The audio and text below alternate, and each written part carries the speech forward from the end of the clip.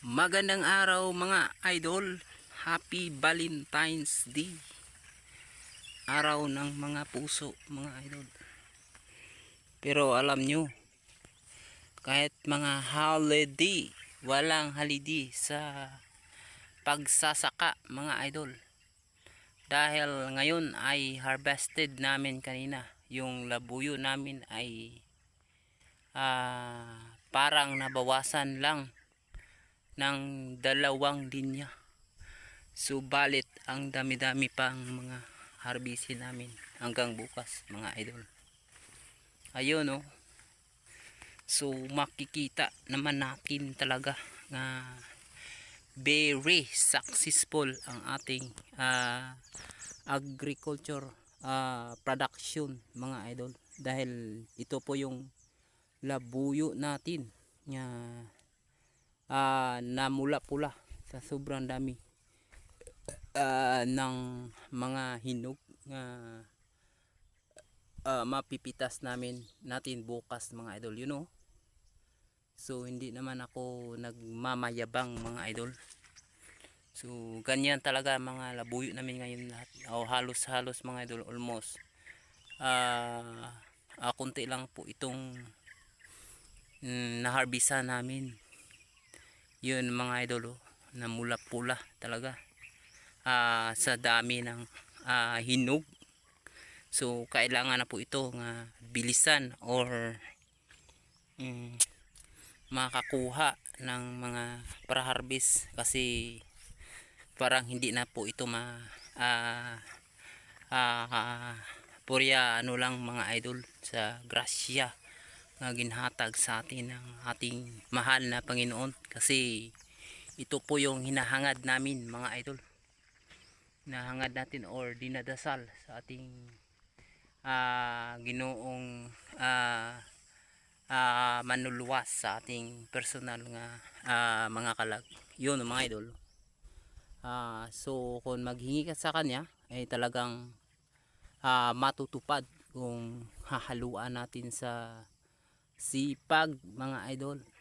So yun, makikita naman talaga natin mga idol nga talagang successful ang ating farm ng labuyo mga idol. Dahil ito ay marami-rami talaga, hindi sa pagyayabang mga idol. Shout out dyan sa mga solid supporter ko sa aking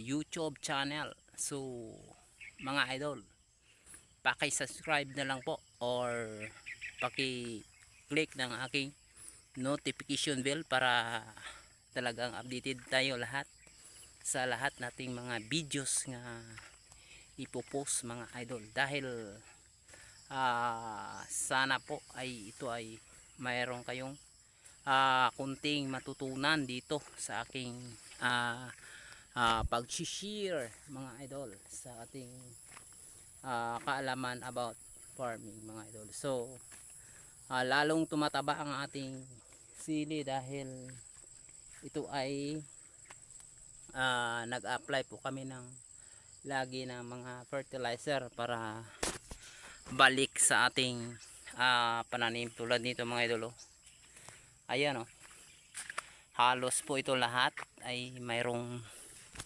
bunga nga ang sabi nila ay palimpak-limpak ng mga bunga ng atin makikita dito dol.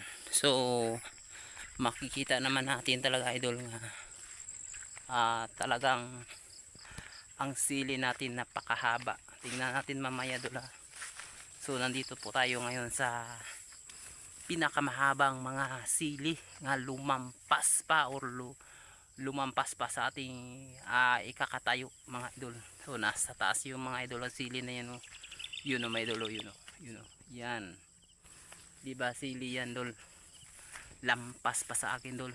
Yan ang mga sili na yan, ang haba dol, diba?